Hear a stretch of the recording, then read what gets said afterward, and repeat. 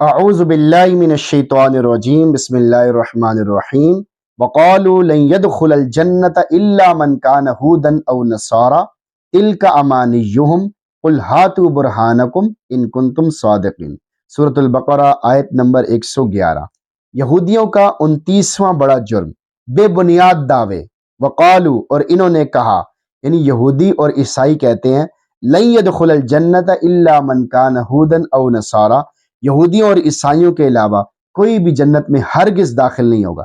یعنی یہودی کہتے ہیں کہ جنت میں صرف یہودی جائیں گے، عیسائی کہتے ہیں کہ جنت میں صرف عیسائی جائیں گے اور کوئی نہیں جائے گا۔ تلک امانیہم، یہ تو ان کے ڈھکوسلے ہیں جس سے مسلمانوں کو فریب دے کر اور جنت کا شوق دلا کر اپنی طرف کھینچنا چاہتے ہیں، مگر اے مسلمانوں تم ہرگز ان کی کسی بات کی طرف توجہ نہ کرنا، یہ ان کی بے بنیاد باتیں ہیں۔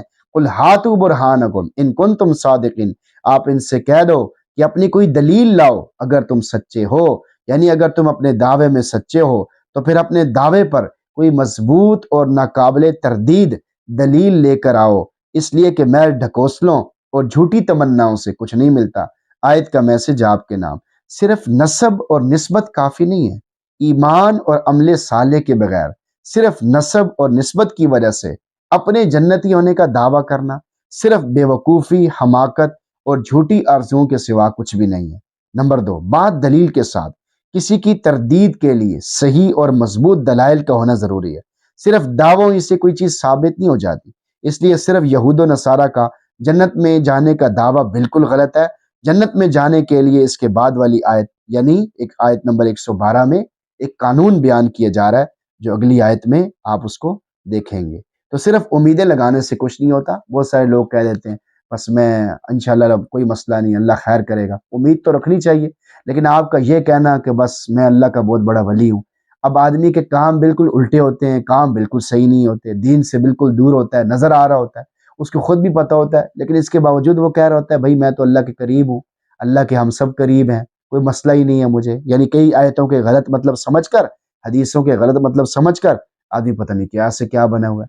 بھائی آپ اعمال نہیں کرتے، نماز نہیں پڑھتے تو آپ صفر ہیں، آپ کچھ بھی نہیں ہیں، آپ کی نسبت کسی کام نہیں آئے گی، آپ کا نسب کسی کام نہیں آئے گا۔ نوح علیہ السلام کا اپنا بیٹا جہنم میں جا رہا ہے، لوط علیہ السلام کی اپنی بیوی جہنم میں جا رہی ہے، نبی اکرم صلی اللہ علیہ وسلم کے چچا ابو طالب وہ بھی ایمان نہیں لائے، حالانکہ نبی علیہ السلام نے ان کے کان میں یہ بات کہی کہ آپ میرے کان میں کلمہ پڑھ دیں تاکہ میں اللہ کے سامنے آپ کی سفارش کر سکوں کہ اے اللہ اس نے لوگوں کے سامنے تو کلمہ نہیں پڑھا تھا لیکن میرے کان میں کلمہ پڑھا تھا۔ لیکن انہوں نے پھر بھی ایمان قبول نہیں کیا اور یہ کہا کہ مکے کی عورتیں کیا کہیں گی، بھتیجے میں تجھے خوش کرتا لیکن مکے کی عورتیں کیا کہیں گی کہ ابو طالب نے آخری وقت میں اپنے دین کو چھوڑ دیا، اس وجہ سے وہ ایمان نہیں لایا، اب وہ ہمیشہ ہمیشہ کے لیے جہنم میں۔ تو کسی کی رشتہ داری کسی کے کام نہیں آئے گی، کسی کی نسبت کسی کے کام نہیں آئے گی جب آپ کے پاس ایمان نہیں ہے، عمل صالح نہیں ہے۔ آپ کو اللہ کے ہاں، اللہ کے عذاب سے صرف ایمان اور عمل صالح ہی بچا سکتے ہیں، اس کے علاوہ کوئی چیز ایسی نہیں ہے کہ وہ آپ کو بچا سکے۔ سفارش ہوگی لیکن بعد میں ہوگی، سفارش تب ہوگی جب آپ کا ایمان ہوگا۔ ایک آدمی کا ایمان ہی نہیں ہے، اٹھا کے سیدھا جہنم میں ڈال دیا جائے گا۔ کافروں پر تو کوئی حساب کتاب نہیں ہے، کافروں کو تو سیدھا اٹھا کے جہنم میں ڈال دیا جائے گا۔ مسلمانوں کا حساب ہے، مسلمانوں کا حساب کتاب ہوگا اور اس میں پھر ان کی سفارش ہوگی۔ ایمان ہوگا تو پھر اس کے بعد کوئی سفارش ہوگی، عمل صالح ہوں گے تو اس کے اوپر کچھ سفارش ہوگی۔ اگر بالکل ہی آپ کے پاس کچھ ہے ہی نہیں، آپ کے پاس ایمان ہی نہیں ہے، تو پھر تو آپ کو سزا بھگتنی پڑے گی، جہنم میں جانا پڑے گا۔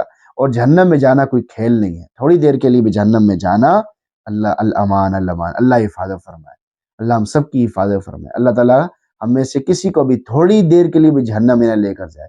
ہم اللہ کے عذاب کو برداشت نہیں کر سکتے، تو خواہ مخواہ کی امیدیں لگانا، ایسا ہو رہا ہے، عام طور پہ لوگ ایسا کر رہے ہیں، کام بالکل غلط ہیں، کام کوئی بھی صحیح نہیں ہے، بالکل پتہ بھی چل رہا ہے، ان کو خود بھی محسوس ہو رہا ہے، لوگ بھی ان کو بتا رہے ہیں، لوگ ان کو دیکھ رہے ہیں، ان کے کام دیکھ رہے ہیں، وہ کہہ رہے ہیں بس کوئی مسئلہ نہیں ہے، کوئی یہ تو خیر ہے، کوئی بات نہیں۔